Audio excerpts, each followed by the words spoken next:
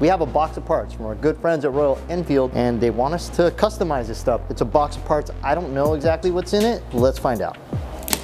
It's a nice box.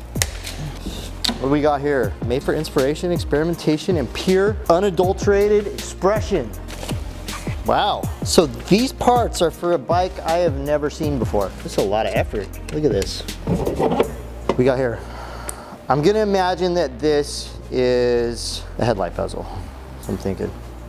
Dude, this is like a nice box. Look at that. That is the new gas tank. It's like, man, if they put this much thought into the engineering of packaging a concept project, what are they actually doing with the real bike? All right, so here we have a cool collection of new parts from Royal Enfield to be bolted on a to be disclosed motorcycle. This is enough to customize a bike right here. So these are the sole edits we will make to the machine are these edits. They'll be bolted on production bikes. We'll see what we get.